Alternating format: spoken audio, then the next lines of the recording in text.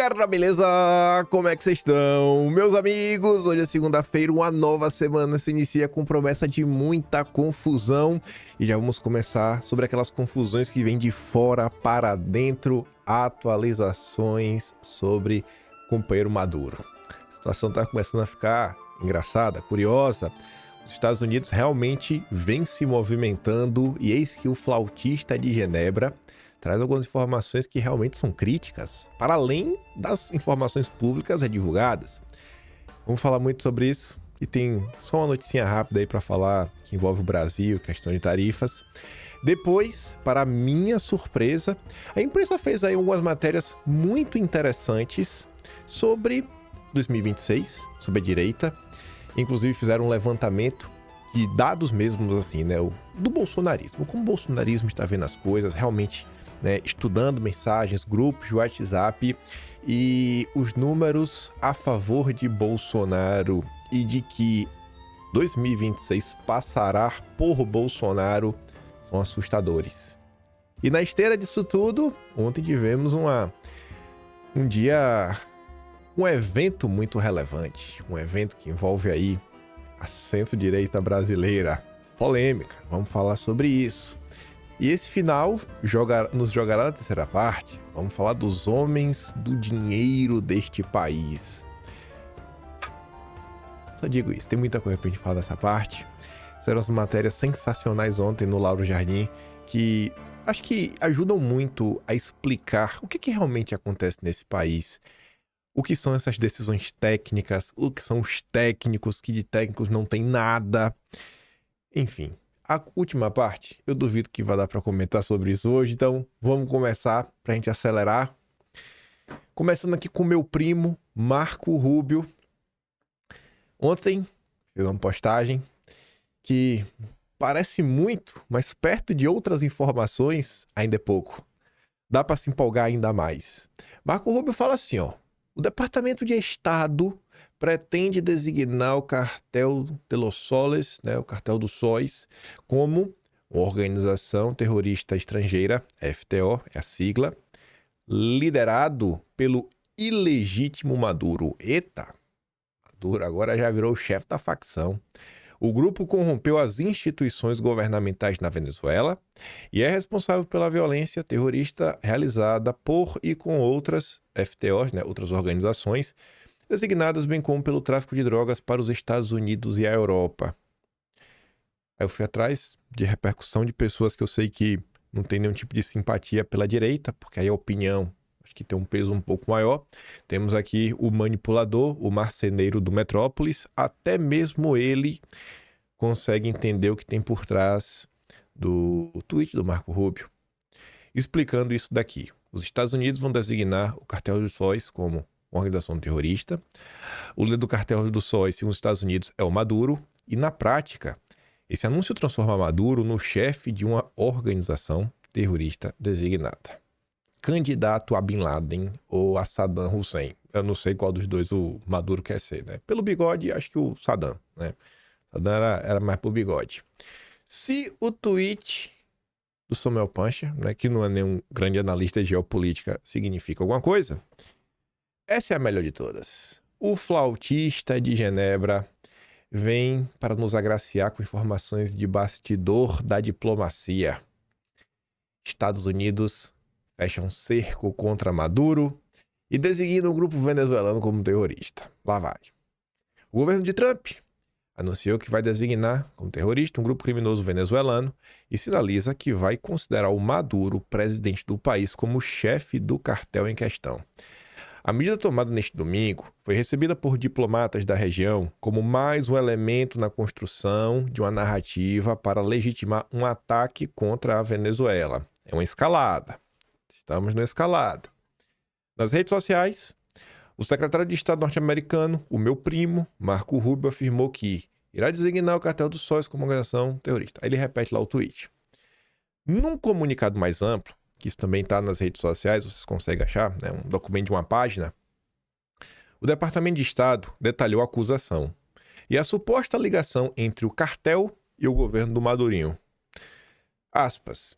Sediado na Venezuela, o Cartel dos Sóis é liderado por Maduro e outros indivíduos do alto escalão do regime ilegítimo de Maduro, que corromperam as Forças Armadas, a inteligência, o legislativo e o judiciário da Venezuela. Bom, se você está falando isso, você não respeita mais nada que venha da Venezuela. É como se ninguém lá tivesse o direito, né, de opinar. Assim, não vale de nada. Você é vendido. Você está aí junto com o Maduro, dando aí, né, sei lá, torturando e maltratando o povo venezuelano. Nem Maduro, nem seus comparsas representam o governo legítimo da Venezuela. Já está isolado. O Cartel dos Sóis, juntamente com outras organizações, né, enfim, incluindo o Trem de Aragua e o Cartel de Sinaloa, é responsável por atos de violência terrorista em todo o hemisfério, bem como pelo tráfico aí para os Estados Unidos e a Europa. Mais uma aspas. Os Estados Unidos continuarão utilizando todos os recursos disponíveis para proteger seus interesses de segurança nacional e negar financiamento e recursos a narcoterroristas, complementou o Departamento de Estado. Aí nessa próxima parte, o Jamil começa a falar de umas coisinhas para na parte seguinte, que depois desses 3 parágrafos é o melhor. A gente chega na cereja do bolo. Estamos chegando na cereja do bolo. A avaliação de diplomatas é de que a escalada retórica está sendo acompanhada por medidas que irão dar sustento legal para uma eventual ação militar. Quem está avaliando isso não é jornalistazinho, não é militante, diplomatas. Diplomatas, ou seja, pessoas que realmente estão nesse meio e vivem, estão enxergando essa questão, que estão entrando na retórica, como, né, uma progressão para uma eventual ação militar. E não é por falta de vontade, né? Você vê aí que no oceano já temos alguns navios americanos. O secretário de guerra, Pete Hegseth, não sei como é que se pronuncia o nome dele, não. O nome dele não, chama só de Pete. Já explicou que a orientação do governo é tratar todos os cartéis designados como terroristas da mesma forma que os Estados Unidos já fizeram com os militantes islâmicos da Al-Qaeda. Para observadores na região, isso poderia simbolizar a tentativa da Casa Branca de indicar que terá uma justificativa de segurança nacional para poder atacar os cartéis, onde considerado adequado, inclusive em territórios estrangeiros. E aqui agora que vem a cereja do bolo. O flautista de Genebra, como um bom golpista, um bom funcionário da turma dos Soros, ele tem contato com muita gente. Muita gente. Ele realmente fala com esses setores da diplomacia. Imagine, né? Se o Soros vai ou não querer abrir canais de diálogo e network, né, pro Jamil e essa turminha. Aí o Jamil falou com diplomatas mesmo, falou, e admitiram pro Jamil que propostas de ataque contra o território venezuelano foram apresentadas a Trump.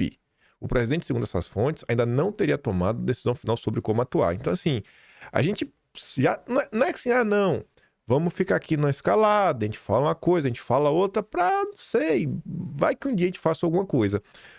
Tá todo mundo já vendo a questão aí dos ataques, né? Porque para impedir ataques, né? O abate das lanchas transportando droga para um lado e para o outro. Então, já está tendo ações reais, concretas, já está tendo. Vocês já viram? Mais de 70 embarcações, eu acho que já foram naufragadas. Além disso, diante desses pronunciamentos oficiais e oficialização, né? Porque o Departamento de Estado já está classificando. O Jamil Chait está garantindo, diplomatas com acesso a toda a questão. Já existe um plano, inclusive. E o plano que já foi feito, ou os planos, no plural, foram entregues ao Trump. O Trump não decidiu ainda. Ainda assim, governos da região estão pessimistas em relação à possibilidade de uma solução negociada entre americanos e Caracas. Ou seja, só piora, né? A galera acha que não vem através de um acordo. E consultas estão sendo realizadas com membros do Conselho de Segurança da ONU para avaliar como lidar com uma eventual agressão. Ninguém ia estar consultando a ONU se fosse bobagem, retórica, né? Só conversa para boi dormir. A situação realmente é séria. Entre colombianos, mexicanos e brasileiros, uma ação aérea americana seria considerada como extremamente séria e precisaria ser demarcada politicamente como inaceitável. Uma das preocupações é de que, se ninguém reagir, A Casa Branca vai considerar que tem a liberdade para continuar a agir na região e consolidaria a percepção da recuperação do quintal.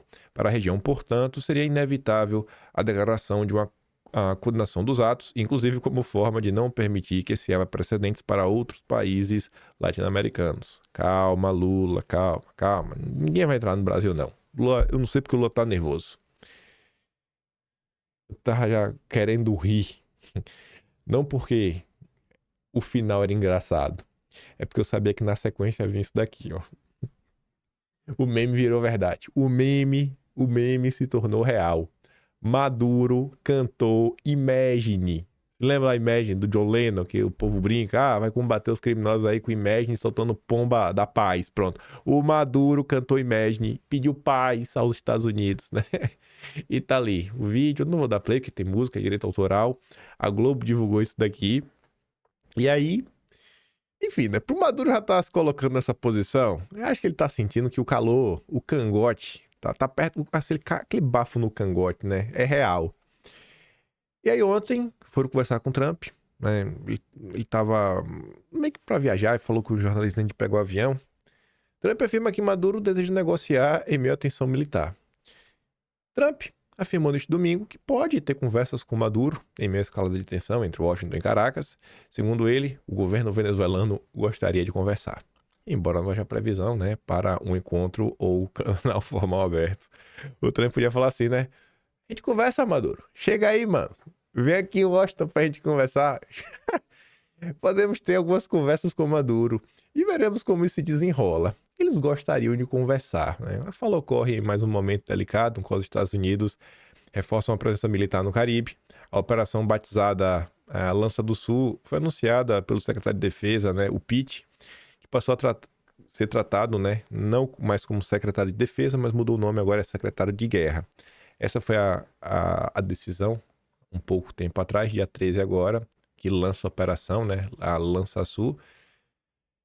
do Sul. O presidente Trump ordenou a ação e o Departamento de Guerra está cumprindo a ordem. Hoje estou anunciando a Operação Lança do Sul. Liderado pela Força-Tarefa Conjunta Southern Spear e o Comando do Sul, que é o Southcom, esta missão defende nossa pátria, remove do nosso hemisfério. É.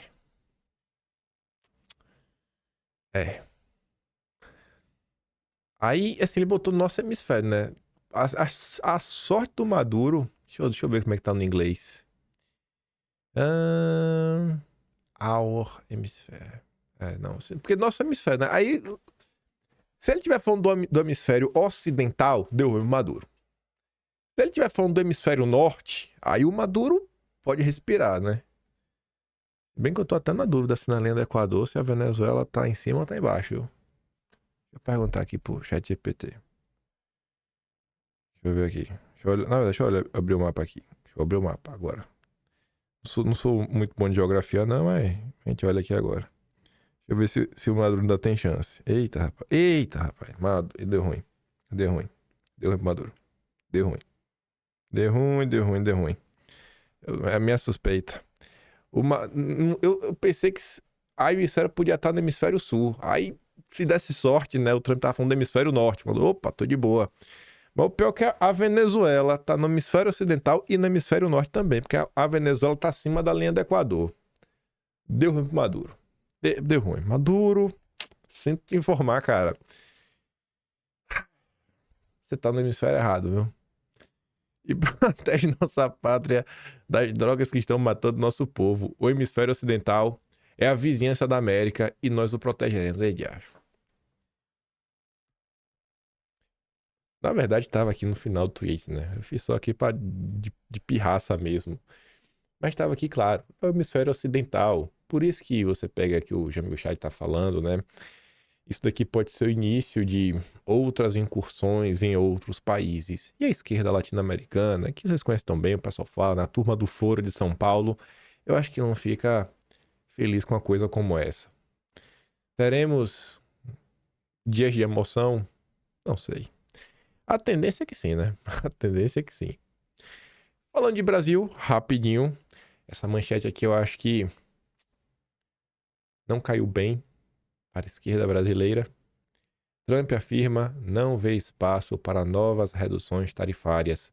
A declaração foi realizada ontem durante voo, logo após o presidente eliminar tarifas recíprocas sobre o Brasil, para os brasileiros ainda seguem sobre a taxa de 40%. A PAN pergunta, né? E aí, petistada? Vocês continuam aí comemorando? Ah, e vamos ver, né? Vamos ver. Eu acho que, inclusive, uma ação no América Latina, né? Aqui na América do Sul, na Venezuela, eu acho que pode ter um impacto forte aí sobre a eleição de 2026.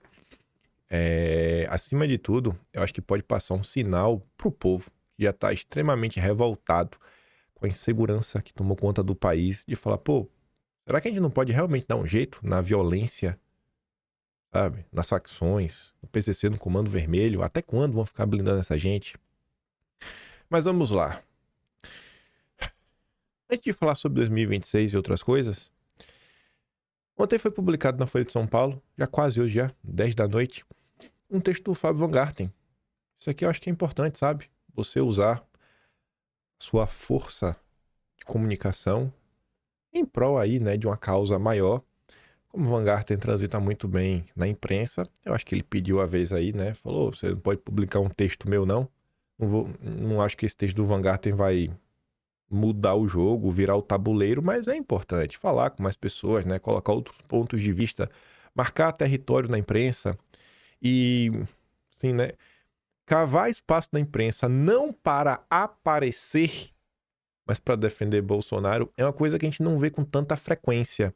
O que nós vimos nos últimos dias foi a Emília, lá de Santa Catarina, cavando espaço em diversos canais que odeiam o bolsonarismo para atacar o bolsonarismo, né? É um comportamento bem diferente. Enfim. Prisão de Bolsonaro é injustiça que corrói. Aí, tem ali um subtítulo, mas eu vou direto pro texto. O Brasil está prestes a assistir à maior injustiça política de sua história. A prisão do ex-presidente da República, que será provavelmente recolhida papuda nos próximos dias. Eu realmente quero acreditar que não vão mandar Bolsonaro pra papuda, sabe? Eu sei que a gente tá lidando com pessoas que não tem nenhum pudor, né? O sem cabelos age por vingança, eu não consigo ver de outra forma. Mas eu espero de coração que pelo menos isso daqui o cara pondere, porque isso aqui já tá, isso já virou tortura, né? Há muito tempo. Dói constatar que um homem honesto, com mais de 40 anos de carreira política irretocável, passe a conviver com criminosos de toda a ordem. É uma injustiça que corrói os corações de milhões de brasileiros que o veem como verdadeiro mito. Logo ele, um político que jamais foi acusado de corrupção, será encarcerado, enquanto alguns outros ocupam cargos importantes na República Brasileira, apesar de condenações por conta de desvio de bilhões de reais de estatais dos cofres públicos. Quanta injustiça! Afinal, como se pode condenar um ex-presidente da República a 27 anos e 3 meses por supostamente ter planejado um golpe de Estado sem nenhuma prova concreta, cabal e irrefutável? Uma simples análise factual, desprovida de paixão devastadora. Como acreditar que um presidente da República, sentado na cadeira principal do país, queria se perpetuar no poder se nomeia novos ministros militares a pedido do candidato que o derrotou nas urnas? Isso aconteceu ainda em dezembro de 2022. Como imaginar que esse mesmo presidente pediu aos caminhoneiros que o apoiavam em novembro de 22 para liberarem as rodovias do país e, assim, impediu o caos no abastecimento de produtos? Não devia ser o contrário? Se você quer dar um golpe, você promove o caos. Ele não deveria estimular a greve dos caminhoneiros e a obstrução das estradas para criar o clima, né, que justificasse um golpe, como aliás ocorreu no Chile em 73? Não só isso. Esse mesmo presidente da República decidiu ir para os Estados Unidos, ficar longe do cenário político, da formação do novo governo, não queria tumulto, bate-boca ou alimentar intermináveis discussões sobre a legitimidade das eleições. Preferiu a distância e se preservar do ritual de passagem da faixa presidencial, o que é um direito dele, por mais que se questione. Mais espantoso ainda é vinculá-la aos atos de baderna do 8 de janeiro. Não só ele não estava no Brasil, como quase que imediatamente repudiou os protestos por seu caráter violento e agressivo contra os poderes da República. Mas, ironicamente, isso não conta. Nos autos do volumoso processo contra Bolsonaro e mais 6 réus, a quase totalidade militares de alta patente, não se encontra um documento sequer. Tem nada, um documento, mensagem. Oficial da Presidente da República com sua assinatura, determinando qualquer ação conspiratória. Nenhum, nada. A própria imprensa, a Globo, até a Globo se questionou qual é o vínculo de Bolsonaro com 8 de janeiro. E ninguém consegue explicar. É evidente que o julgamento da primeira turma da corte, do país foi político, sem provas. Optaram por condená-lo e a 6 auxiliares pela suposta tentativa de golpe, sem armas, sem canhões, sem soldados na rua. Apenas uma baderna coletiva, semelhante às que o PT e a esquerda promoveram na esplanada dos ministérios nas últimas décadas. A prisão domiciliar em que se encontra nos dias de hoje tem origem em suas falas, em sua retórica eleitoral de palanque nos eventos de 7 de setembro, que nem de perto permitiriam a condenação de 27 anos. Em cima de um trio elétrico em São Paulo, o homem calejado, político ofendido de maneira vil pelos esquerdistas, desabafava e atendia aos apelos do seu eleitorado. Dessa postura, aprendê-la e condená-la há quase 3 décadas é um assinte ao Estado Democrático de Direito. Encarcerá-lo no presídio de segurança máxima é mais uma vendetta pessoal do que respeito às leis e à Constituição. Aos 70 anos, o ex-presidente da República marcha para um verdadeiro calvário político e pessoal inimaginável para quem comandou um Brasil sem corrupção. Um homem idoso, que ainda sofre as graves sequelas da covarde facada de Juiz de Fora e que ainda hoje os esquerdopatas inventam que não existiu. A justiça tem sempre que seguir o que a Constituição prevê e ninguém pode estar acima dela, nem mesmo o ex-presidente da República e menos ainda seus guardiões. Vê-lo sendo espezinhado, escorraçado, perseguido politicamente, sendo alvo de retaliações judiciais incompreensíveis à luz da Constituição, isso dói. É uma dor que corrói não só nossos corações, como os de toda a sociedade brasileira, que vê um dos seus maiores líderes do país passar por tudo isso. A justiça e a história vão reconhecer cedo ou tarde essa brutal injustiça. Aí, veja só. Fui todo para deixar para comentar de uma vez só. O que o Vanguard está falando aqui não é nada assim, trouxe aqui algum argumento que nós nunca escutamos em nossas vidas. Não, não é sobre isso. Mas, pessoal, veja só. Você tá vendo como tem espaço? E você tá vendo como é possível fazer uma defesa de Bolsonaro sem ficar com vergonhinha? O Vanguard critica o judiciário. Você não precisa citar nome, não. A galera que não quiser citar nome. Eu acho que algumas coisas deveria até citar. Deveria citar, mas tudo bem. Mas assim, cita o judiciário, deixa claro que é um julgamento político. Já tá claro que Bolsonaro está sendo condenado sem crimes. Se posiciona contra a esquerda. Bota o dedo na cara, inclusive do Lula. Ele sabe que tá falando muito bem do Lula quando diz que tem gente aí que já teve uma ficha realmente corrida e que agora tem posições de destaque. Aí eu pergunto pra vocês, o que custa, pô? A nossa classe política que tá o tempo todo dando entrevistas, se posicionar de forma mais assertiva em prol de Bolsonaro.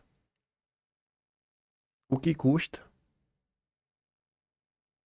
O que custa?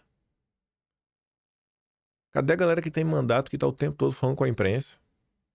Na hora que os nossos deputados, eles, sei lá, protocolam algum projeto de lei ou eles vão em alguma viagem internacional que eles acham que essa viagem aí pode beneficiá-los eleitoralmente, eles fazem questão de falar com a imprensa, para soltar notinha, para repercutir o que eles estão fazendo. Mas para falar do Bolsonaro, ninguém abre a boca. Ninguém, simplesmente ninguém. Isso não é aleatório.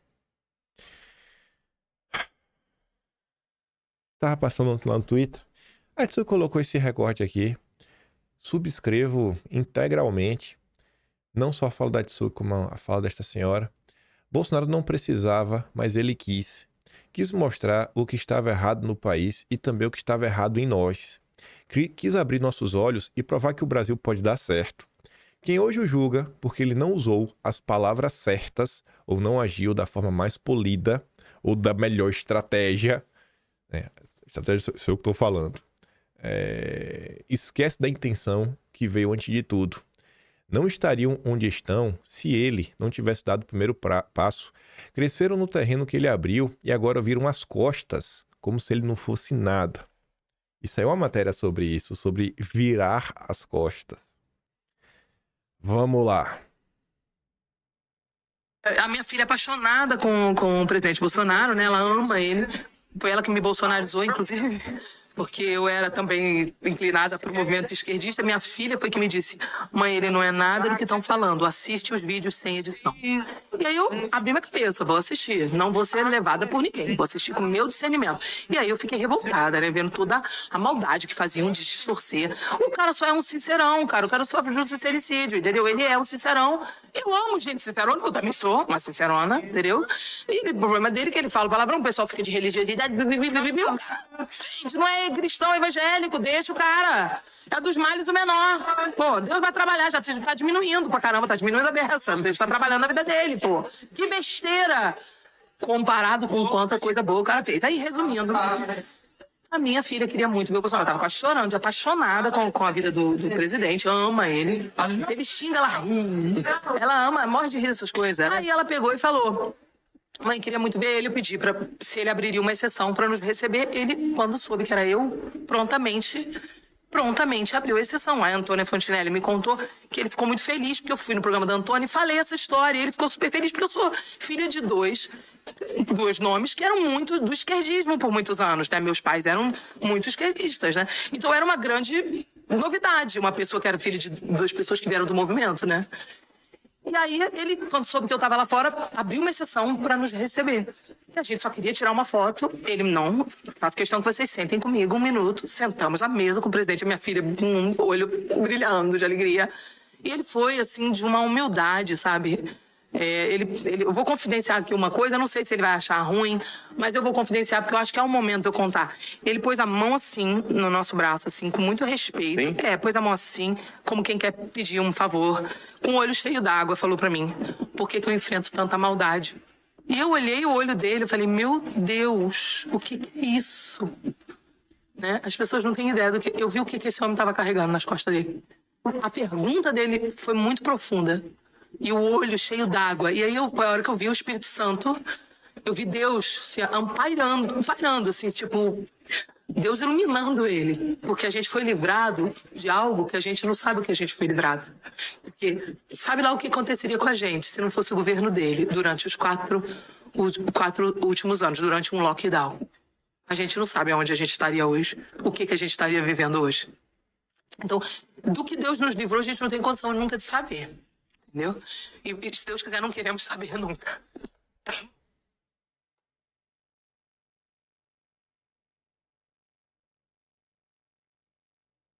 eu só ver um negócio aqui.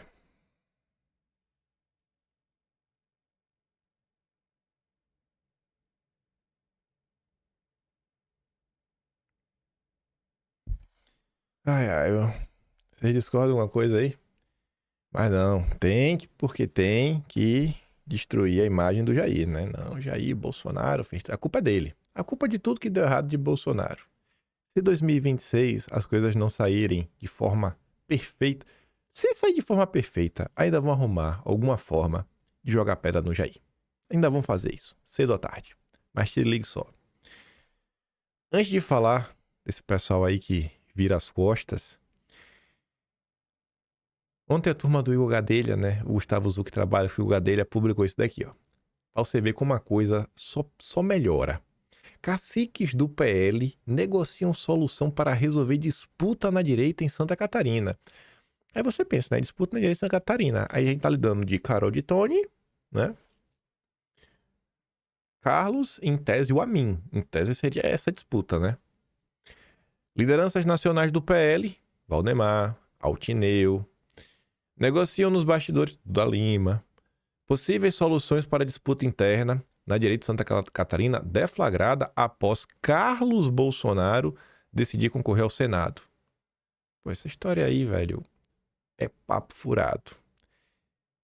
O Carlos já era candidato, mas certo, desde junho. Nada foi dito. Nada foi dito. Esperaram Bolsonaro ser preso, calado, para criarem uma briga. Então, a matéria já começa de forma safada. Aí continua. Para solucionar esse impasse, lideranças nacionais do PL, Valdemar, Altineu, Duda Lima, passaram a sugerir que Amin seja candidato a vice-governador. Aí você fala, pronto, realmente resolve. O Amin é vice do Jorginho, e aí é o Senado e a Carol e o Carlos. Pronto, resolvido. Não. e que a segunda vaga ao Senado seja usada para atrair o PSD. Ué! Vem cá, gente. Se a confusão é a mim, Carol e Carlos, que é o que eles estão tentando nos fazer acreditar, a confusão em tese seria essa. Você colocar agora uma quarta pessoa para disputar o Senado, isso ajuda como? Isso não cria mais confusão, não é o oposto do que está sendo dito? A ideia dessa ala do PL seria atrair o prefeito de Chapecó, João Rodrigues, para a chapa como candidato a senador. Porque o Rodrigues aí estaria em segundo lugar na disputa para o governo. Essa proposta, contudo, deixaria a Carol de Tune fora da chapa majoritária. E como é que isso aí resolve a disputa? Me explica aí. Aí, para falar mais sobre isso, sobre virar as costas,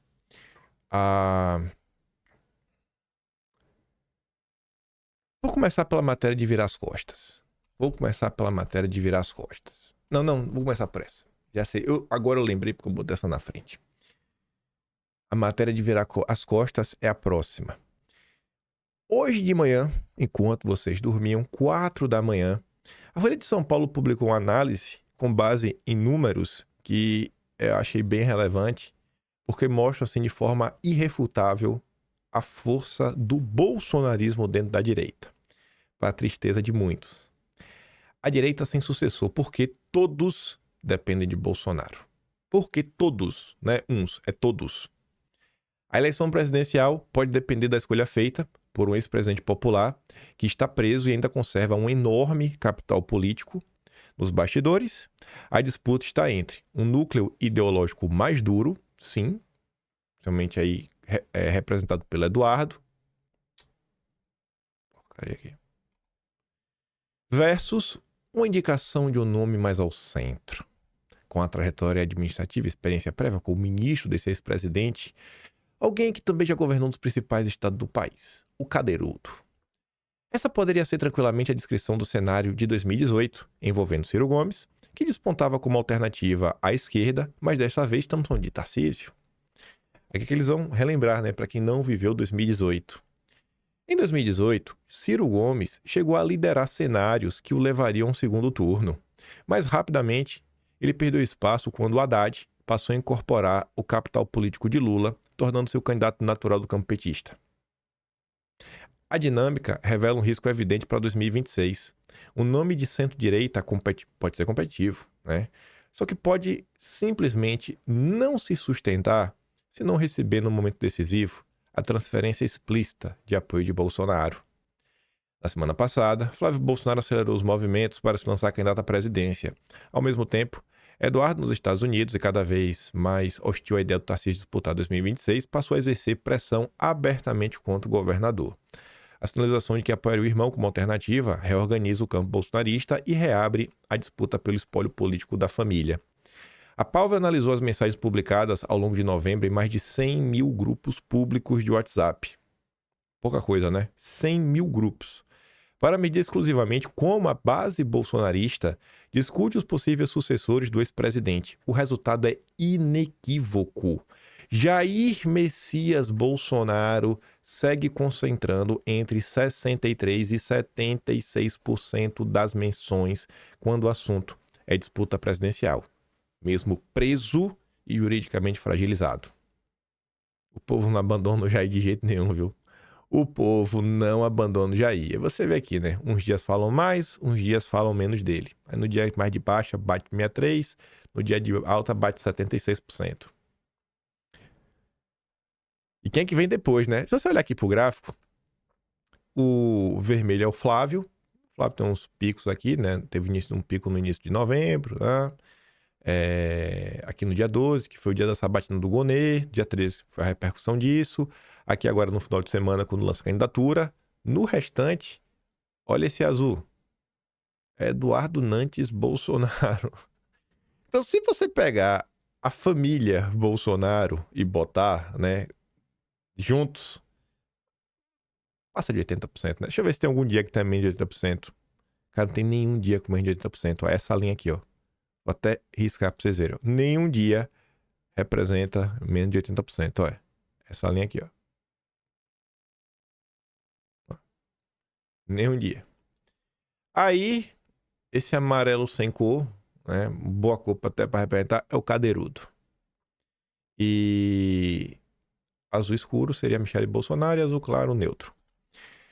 O espaço restante é ocupado quase inteiramente pelos filhos de Bolsonaro, especialmente Eduardo e mais recentemente Flávio, enquanto Michele, que é a figura mais fraca entre os nomes associados ao ex-presidente, aparece de forma residual. O cadeirudo surge de maneira mais consistente do que Flávio e muito acima da Michele, mas ainda assim oscila entre 8% e 12%. Tarcísio é hoje o principal nome para herdar a direita sem o sobrenome Bolsonaro.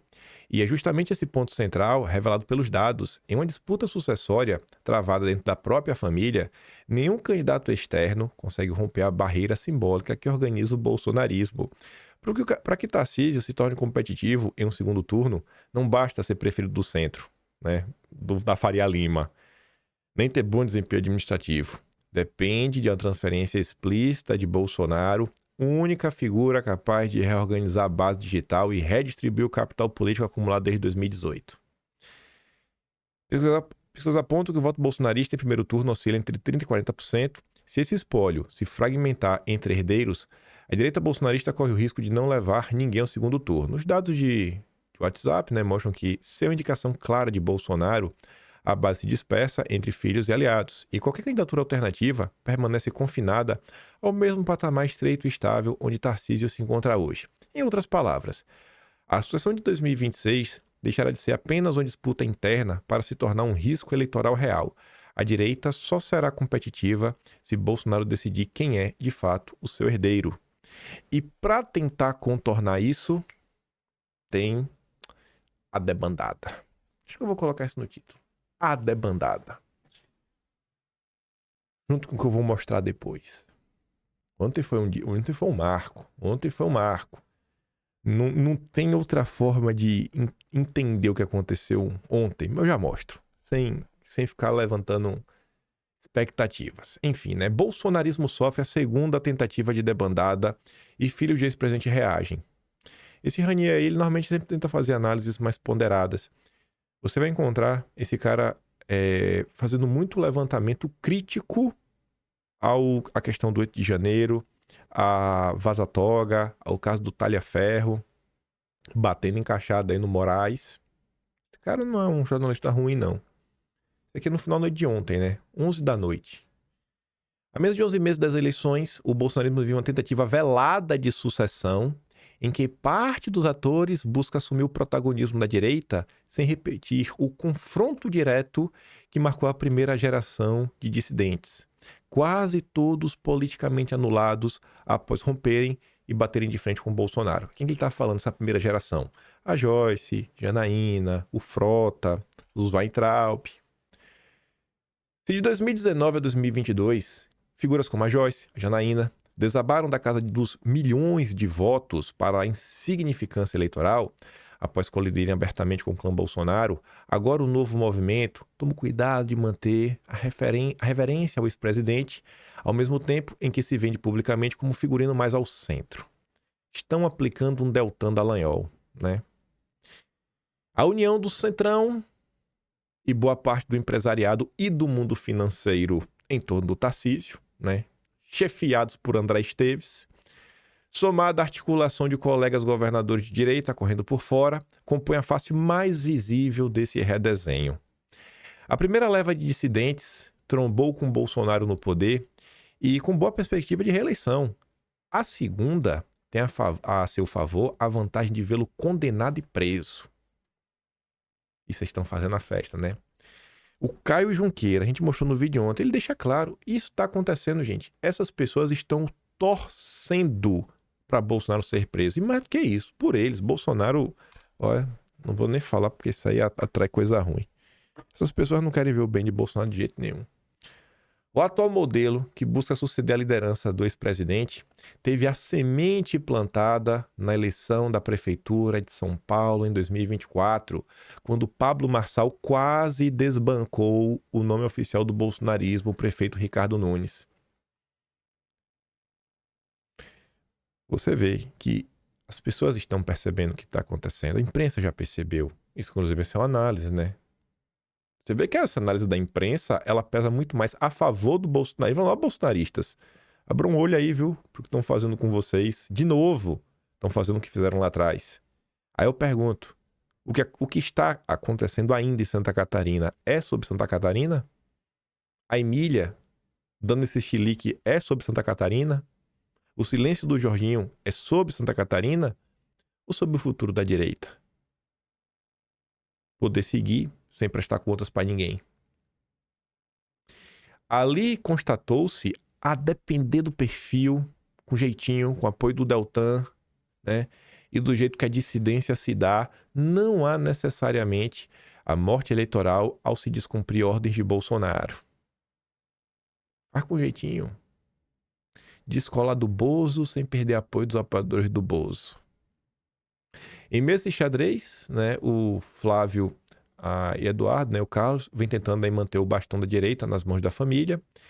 Além de tentar passar a imagem de que o bolsonarismo tem dono e hierarquia e não está aberta à sucessão, Eduardo, Carlos e Flávio cobram publicamente não só apoio, como ação em prol do pai.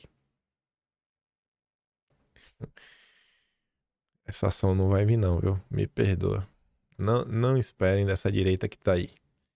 Como mostrou a Mônica Bergamo, né, o Flávio avançou, lançou aí vem fazendo movimentos para lançar a sua candidatura.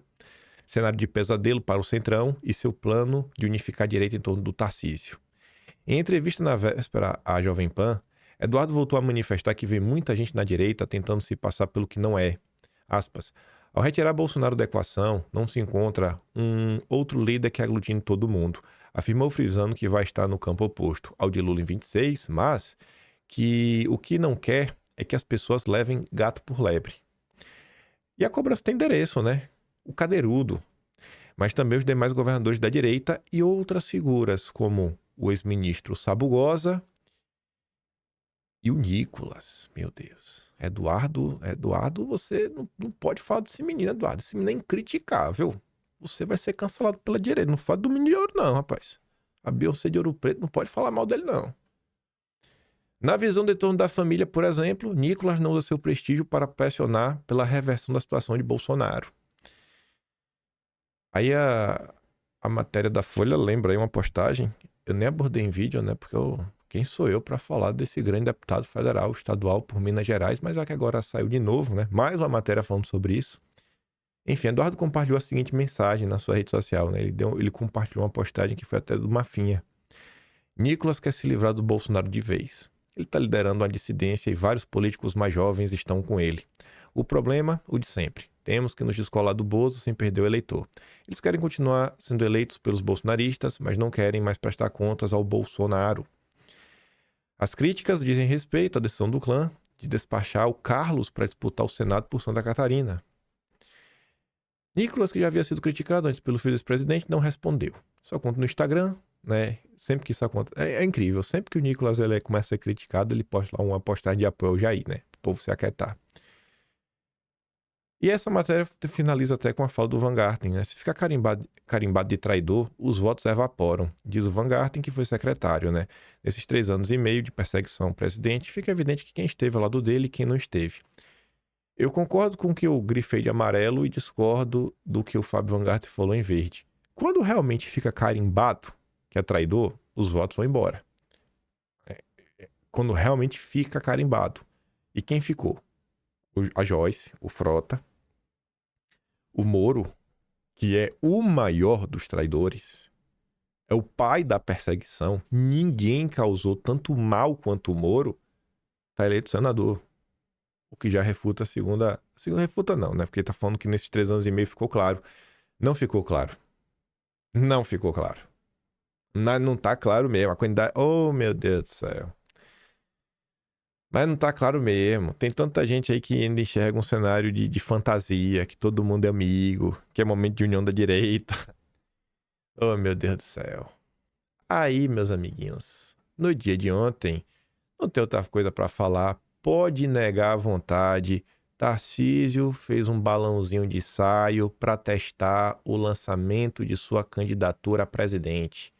No evento do G4, do liberal Thales Gomes, né, junto com um homem da Faria Lima, troca o CEO que o Brasil volta a funcionar. Ele tava lá para dar a solução, né?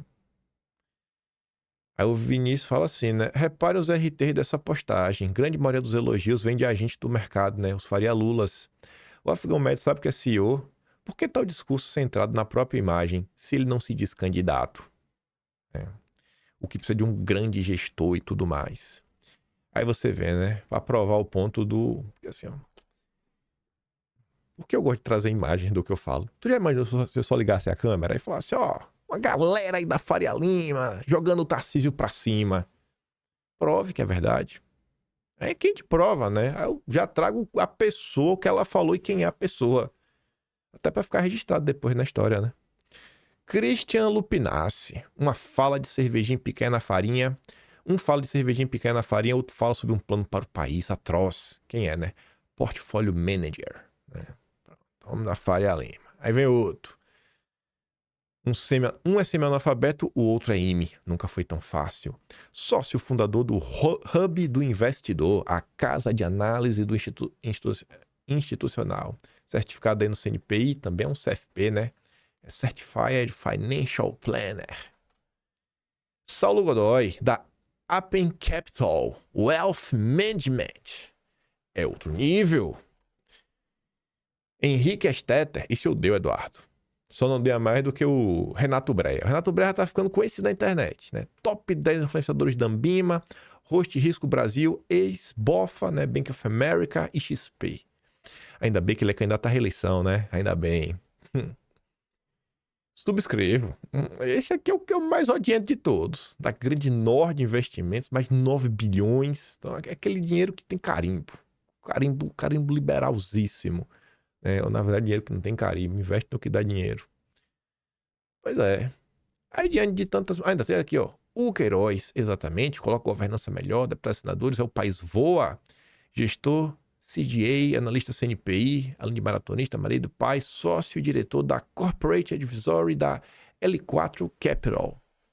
Só a nata, rapaz. Só a nata do Zé Boletinha. Aí o Gil Diniz chegou logo com a faca no pescoço. CEO, repitam comigo, CEO, mais uma vez, CEO, quem sabe até a eleição de 26, uma parcela da população brasileira, tipo 10%, descobre o que essas 3 letras significam. João Dória falaria CEO.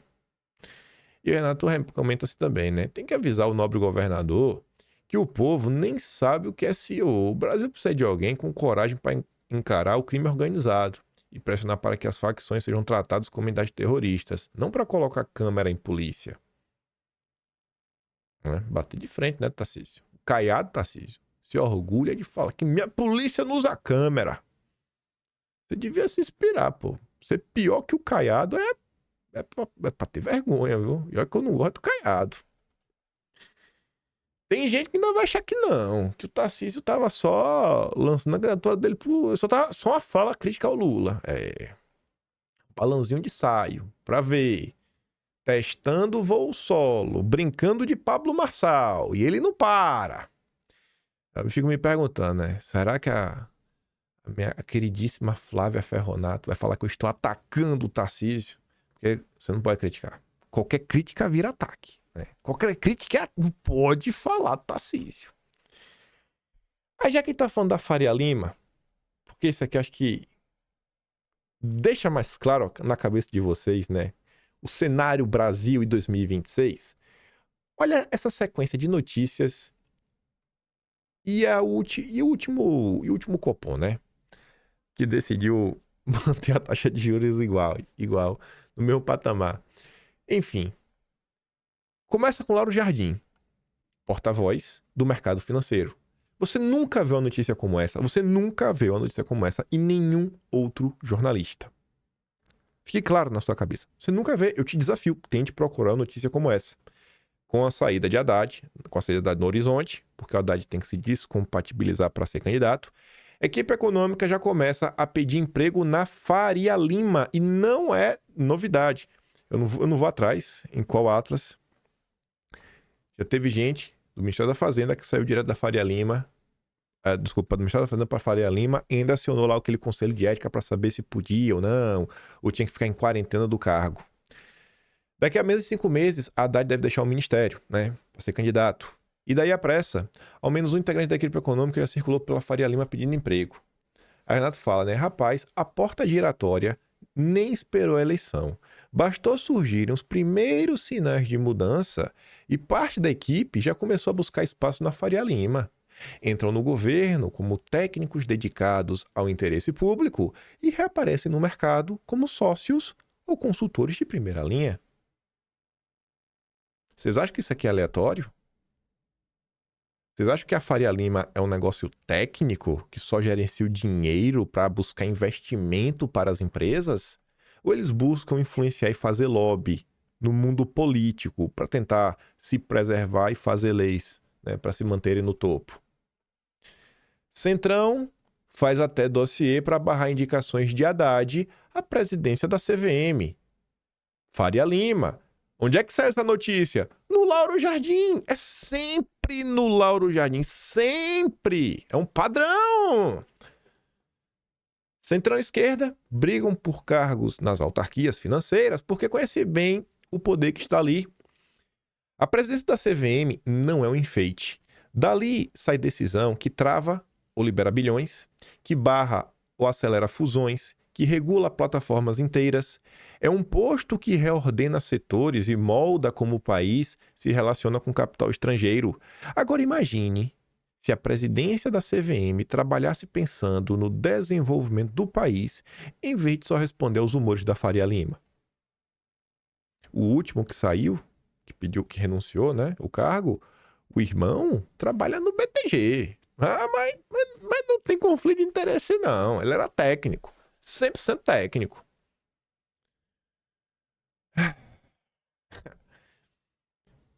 Aí, de novo, o Lauro Jardim.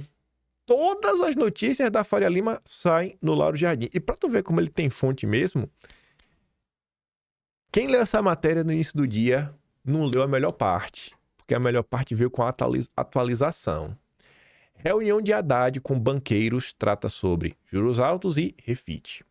Numa reunião na segunda-feira com os maiores banqueiros do Brasil, na sede paulista do Ministério da Fazenda, Haddad percorreu diversos temas, mas não deixou de falar nos seus alvos preferidos, a Refit. Né? A refinaria do Rio de Janeiro interditada desde o mês passado, é tida como a maior sonegadora do Brasil. Haddad disse que a empresa está sendo monitorada. Bom, beleza.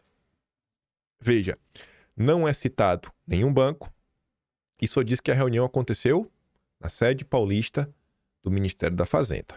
Eu estou frisando isso.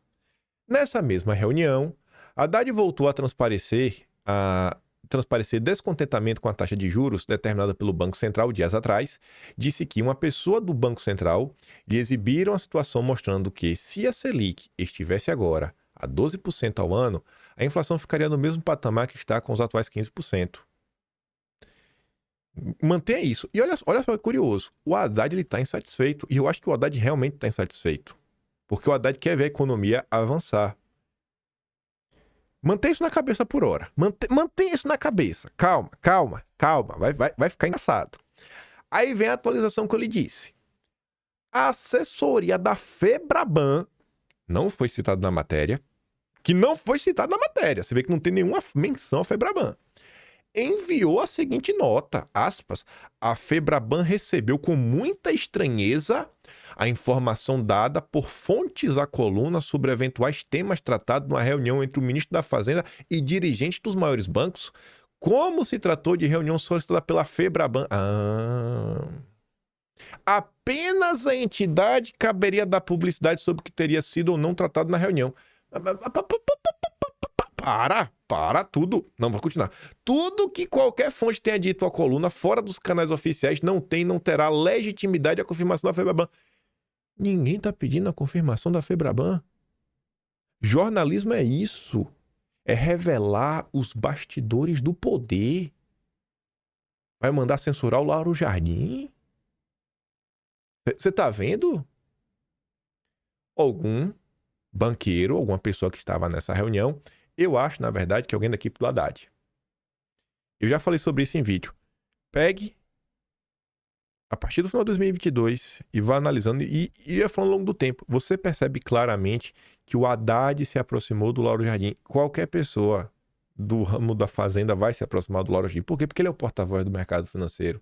É o que o mercado financeiro lê e acompanha, tanto que se dá o trabalho de rebater. Tá aí. E deve ter comentado, porque essa parte dos juros está incomodando. Mas mantém essa parte na cabeça. Juros incomodando. Pô, dava para baixar um pouquinho e a inflação talvez ficasse no mesmo patamar. Reconhecemos o direito da coluna confiar em suas fontes, mas neste caso, não sendo oficial, essa fonte não possui autorização para divulgar assuntos que possam não ter sido abordados, sobretudo porque a Febraban não foi consultada. Irmão, jornalismo é isso? Tá querendo censurar? Eu não vou nem falar o que eu penso disso daqui, porque eu não quero ser preso nem processado. Você tá vendo como é a Faria Lima, né? Quem é que precisa de vocês para confirmar? Eu acho que o que vocês discutem entre quatro paredes é muito pior. Se o povo soubesse, meu Deus do céu. Mas vamos lá. Vamos voltar alguns dias no tempo. 6 de novembro. Vamos entender quem é a base de sustentação da candidatura do Tarcísio. Análise, né? Banco Central foi conservador em relação aos juros. Veja que a CNN está elogiando. A CNN tem o quê? CNN Economia. Né? A Rita Mundi, uma pessoa do mercado, defendendo. Isso aí mesmo, um pensamento conservador, tudo mais. Ela defende a decisão. Aí vem a Globo só para dar destaque, né? Compõe manter taxa de juros em 15%, maior nível em quase 20 anos. Aqui, gente, que começa o grande questionamento. Pessoal, você pode odiar o governo Lula, eu odeio o governo Lula. Mas, gente, vocês realmente acham? Olha para o mundo como um todo. Olha para o mundo como um todo. Não faz sentido, pessoal, o Brasil ter o segundo maior juro real do mundo. Não faz sentido, gente. Não faz sentido. Ah, não, o Brasil precisa ter juro alto para ter investimento. Gente, mas está fora do padrão. Você compara com países em posições similares, não faz nenhum sentido. Não faz sentido nenhum. O Brasil foi sequestrado. Isso não faz sentido. Cara, é o segundo maior do mundo, gente. Isso não faz sentido, pessoal. Sabe assim, cara, por que 15 e não 14,9, 14,75? É sério, se abaixar 0,25%, a inflação vai disparar? É sério isso? Mas manter aquela informação atrás, né? Que o Haddad tá chateado. O Haddad foi na reunião, o cara tem que baixar esse juro aí. O Haddad foi pedir por favor. O Haddad foi pedir por favor pros bancos. Mas vamos lá. Vamos cortar para a esquerda. Banco Central mantém juros em 15% ao ano, com o mercado de trabalho aquecido, né? A Wallace diz, o Banco Central decide desestimular um crescimento econômico, gerar desemprego. O cara tá reclamando, né? Aí o Fred Krepp, que também é de esquerda, fala assim, ô, meu filho, do jeito é que tu fala, né? Parece que o Banco Central foi tomado por alienígenas ou forasteiros, né? E não indicados pelo próprio governo Lula, né? Porque a gente é do próprio governo Lula. Aí a esquerda vem falar, né? Rapaz, o presidente da Força Sindical critica juros altos e diz estar com saudade do Campos Neto. Até o Campos Neto tava melhor que o Galípolo. Rapaz, tá ruim, viu? Tá ruim. Nós achamos que pelo menos ia ter um ajuste pra economia melhorar. Pô, não aconteceu nada. Nós estamos com saudade já, né? Do Campos Neto. Aí veja o que a Haddad disse lá atrás. Antes dessa reunião, 12 dias antes. 12 dias antes não, né? 12 dias antes da matéria do Lauro Jardim. Bancos fazem pressão para Banco Central não cortar a taxa. Não cortar a Selic. O Haddad afirmou que é preciso ter razoabilidade porque a dose do remédio pode se tornar um veneno. Ali embaixo eu coloquei isso para mostrar a hipocrisia, né? Porque nenhum diretor indicado por Lula votou para cortar a Selic em 25. Mas, cara, o Brasil tem o segundo maior juro real do mundo. Isso não condiz com o tamanho da economia, com o dinamismo da economia brasileira, com a quantidade de mão de obra, gente parada podendo trabalhar. Isso não condiz.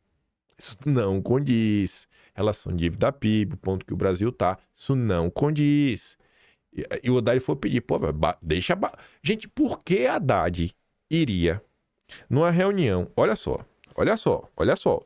O Lula tem maioria no Banco Central.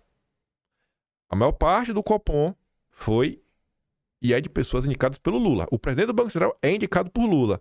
Se Lula e Haddad realmente quisessem cortar aí na canetada, eles não têm números?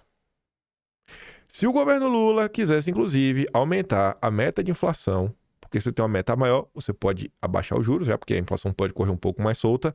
Também podia fazer isso, e são 3 votos. Os 3 votos, um é do próprio Haddad, da Simone Tebet e do Galípolo. Ainda assim, o Haddad está se queixando de banco, que não quer. Que bancos fazem pressão. E ele vai na reunião com o Febraban e fala, cara, pô, vamos baixar esse juro aí, velho. Quem é que manda no Banco Central? Vocês acham mesmo que quem manda no Banco Central é o Galípolo? É o Lula? Imagina agora que no Banco Central é o independente. Essas são as pessoas que apoiam, né, a candidatura do Tarcísio. Aí, esse vídeo aqui diz que acho que fala muito sobre o que se passa no Brasil hoje. Esse áudio aqui é de 2021, do nosso amado Dedé, que até hoje não me ofereceu uma vaga de emprego. Se o presidente Lula pegar um da vida, botar na fazenda, pegar um caçado da vida, botar de vice-presidente e falar daquelas declarações bombásticas de esquerda, mas relacionadas ao meio ambiente, à cultura, tal, botar na fazenda, ele também vai se tornar o favorito. E se o presidente Lula... Tá entendendo? Cara, o ponto é só o seguinte, quem vai tomar conta da fazenda do Banco Central? Para manter o jogo como está, a Faria Lima, os banqueiros, os homens que mandam no país, tá de boa. Aí veja só. Copom tem convicção que nível da Selic reduzirá a inflação. Desata, né?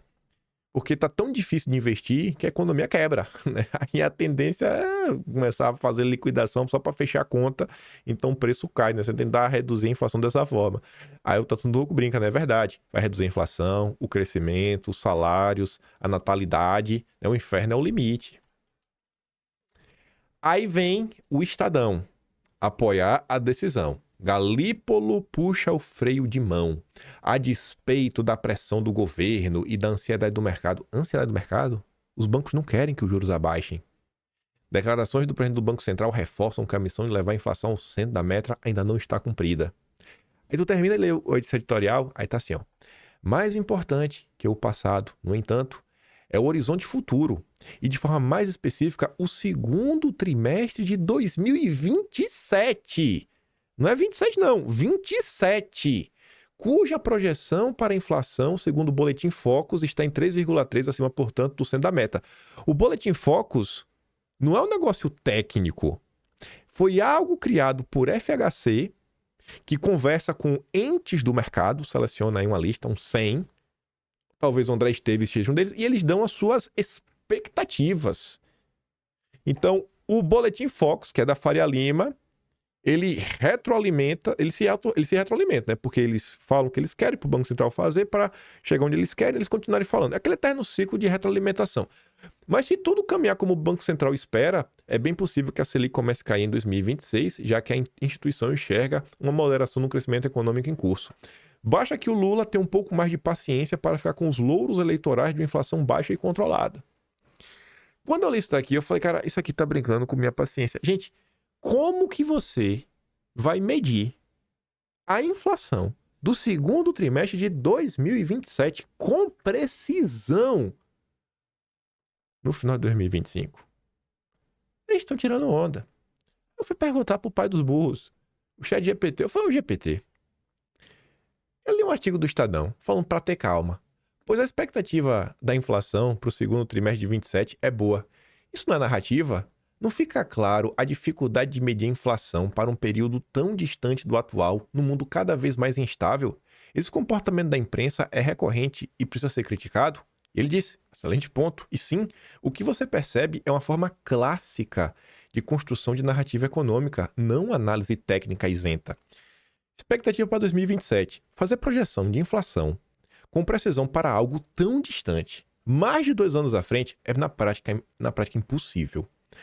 As variáveis são incontáveis. Política fiscal, ciclo de commodities, choques climáticos, geopolítica, política monetária internacional e até mudanças estruturais no consumidor e na produtividade. Qualquer expectativa para 2027 é, na melhor das hipóteses, um exercício especulativo, útil apenas para a modelagem interna de economistas e não para servir de calmante público.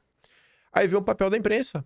Quando veículos como o Estadão destacam esse tipo de projeção como sinal de otimismo ou indício de que tudo está sob controle, eles não estão apenas informando, mas moldando o sentimento econômico. É narrativa.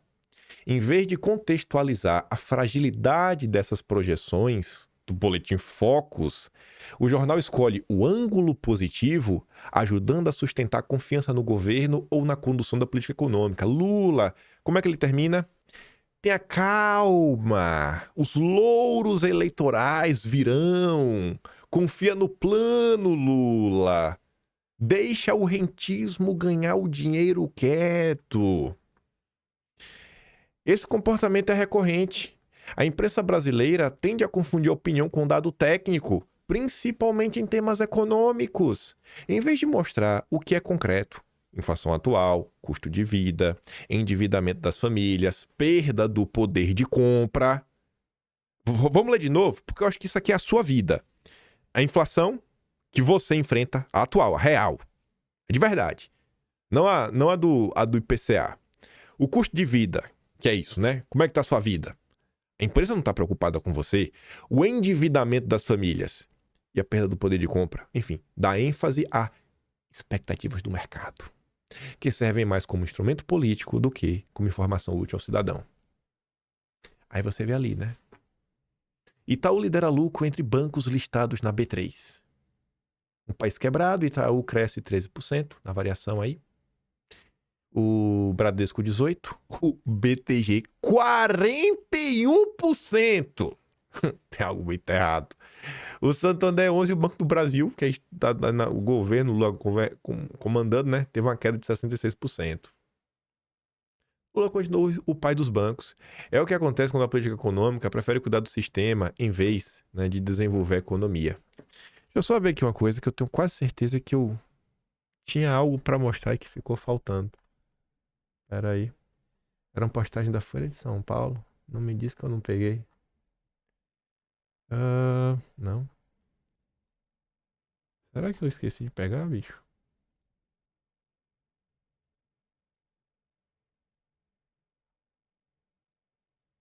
Achei. Pronto, achei. Pra gente fechar com chave de ouro. Deixa eu botar aqui no início do tema.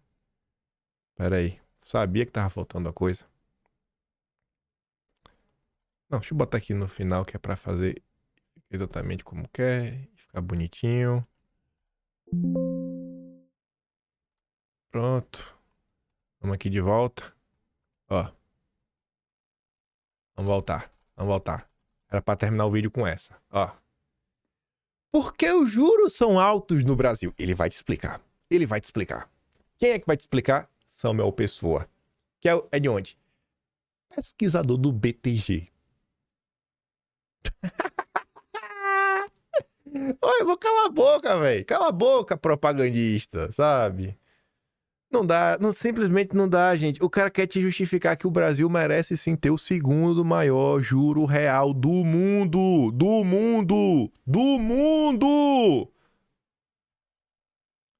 Nem o Haddad tá aguentando mais. O Haddad tá pedindo, por favor. Aí tu tinha que se perguntar por que essas pessoas gostam tanto do Tarcísio. Não tem algo errado acontecendo? Tarcísio só anda no evento da Faria Lima, né? Tava no evento do Bradesco. Tu não percebeu isso? Ó, o Tarcísio ganhou um almoço do Betâmio. O Betâmio tem umas histórias... O Bolsonaro só compartilhou 2 vídeos meus. Um é o dossiê da mão invisível, foi o segundo. Veja, o Betâmio tá nesse vídeo. O Betâmio aparece nesse vídeo, que a gente fala da mão invisível do mercado, lá atrás. E umas coisas envolvendo mais outras coisas. Betâmio, do almoço pro Tarcísio, cheio de gente. Tava no evento do BTG com o Ratinho Júnior e o Caiado. Ratinho Júnior lá cagando em cima da cabeça de Bolsonaro. Bolsonaro é importante, ele ficou calado. Ainda teve uma fala aqui, ó. Tava agora com o evento de destaque no evento do Bradesco. Tá sempre no evento da Esfera Lead, né? Aí tava agora lá na G4. Tem apoio de toda cara, não dá. Simplesmente não dá. Simplesmente o cadeirudo não dá, velho. De esquerda ele não é, né? Mas... Algo errado não está certo. Algo errado não está certo. Simplesmente não tem como essa galera tá do lado do desenvolvimento do Brasil, sabe? Do lado aí de realmente do combate ao crime, até porque a gente já comentou nos últimos dias, inclusive, Tarcísio, já pode ser o teu saco. Eu vou ler uma notícia aqui só. Eu vou ler uma notícia. Rapaz, já estão falando mal da Faria Lima. Ia ficar pra depois. Ó só. O toque da turma da Faria Lima no recuo de Derrite. Não foram só políticos da oposição governistas que torceram a cara para várias versões da relatório do Derrite. Até na Faria Lima, as críticas ecoaram para a ideia de equiparação das condutas de facções com a de grupos terroristas. A retirada dos absurdos do relatório, e quem que dá essa notícia? O Lauro Jardim. Contou com o lobby de parte da elite do mercado financeiro. A elite do mercado financeiro não quer que o PCC e o Comando Vermelho sejam tratados como terroristas. E são essas pessoas que apoiam o grande governador de São Paulo, Tarcísio de Freitas, o cadeirudo. Não! Eu não vou anular meu voto, óbvio. Se o candidato for Tarcísio, é isso mesmo, é o menos pior, mas simplesmente não dá. Termina teu mandato numa boa. Ou, sabe, passa a vez aí, irmão, e vai trabalhar no BTG. Esquece aí. Tá feio já, sabe? Tá escancarado. Tá chato isso daí, viu? Chato. Esse vai não vai. Né? Mas é aliado de Bolsonaro. Baita de um aliado, viu? Eu fico com pena de Bolsonaro com uns aliados como esse. Enfim. Vou mandar o vídeo lá da senhora e do André Esteves lá no Telegram. Link tá na descrição. Se gosta do meu trabalhinho, quer dar um pouco mais, passa no meu do canal. Tem um botão de valeu. Tem um Patreon na descrição. E é isso, né? Eu prefiro ficar do lado dessa direita pé de chinelo, raivosa, né? Maluca, bolsonarista mesmo, raiz do Eduardo. Espera aí que se não for Eduardo, se não for o Jair candidato, seja Eduardo, se não for o Eduardo, que seja o Flávio. E dessa turma da Faria Lima, bicho, continuar brincando aí de terceira via, porque acho que não foi pra isso que o Bolsonaro tomou uma facada não, viu? Não foi pra isso que o Bolsonaro tomou uma facada. Aquele grande beijo e abraço. Vejo vocês amanhã e fiquem com aquele grande beijo, abraço, tamo juntos. Valeu, meus amigos. Fui!